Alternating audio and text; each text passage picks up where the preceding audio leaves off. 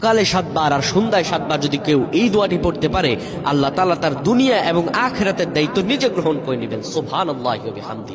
আমার রাসূলুল্লাহ সাল্লাল্লাহু আলাইহি ওয়াসাল্লাম কখনো এই দোয়া ছেড়ে দিতেন না। এটি কোনো আলেম দ্বীনটা ছেড়ে দেন না। এটির ফজিলত আমি নিজেও পেয়েছি। কোনো ব্যক্তি যদি এখনো সে আমলটি করতে পারে, আল্লাহ তাআলা তাকে নিজে ফজিলত দান করে দিবেন। এটি এতটাই ফজিলতপূর্ণ দোয়া, আমি বলবো এই দোয়াটি প্রত্যেকের পড়া উচিত। আপনার পরিবার প্রত্যেকটা সদস্যের পড়া উচিত। এই দোয়াটি আপনারা শেয়ার করে দিবেন। আপনার যারা পরিবার পরিজন আছে প্রত্যেকের কাছে এই দোয়াটি আপনারা পৌঁছায় দিবেন। ইনশাআল্লাহুল আজিজ, আল্লাহ তাআলা অবশ্যই তাদেরকে রহম দান করবেন। রাসূলুল্লাহ সাল্লাল্লাহু আলাইহি ওয়াসাল্লাম বলেন, কোন ব্যক্তি যদি সকালে 7 বার আর সন্ধ্যায় 7 বার পড়তে পারে, হাসবি আল্লাহু লা ইলাহা ইল্লা হু আলাইহি তাওয়াক্কালতু ওয়া হুয়া রাব্বুল আরশিল আযীম। হাদিস শরীফ আবু দাউদের 321 নম্বর হাদিস।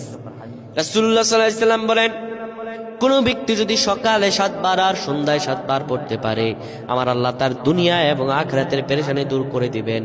আল্লাহ তাকে এত পরিমাণে রিজিক দান করবেন ওই ব্যক্তি কল্পনাও করতে পারবে না। সুবহানাল্লাহ।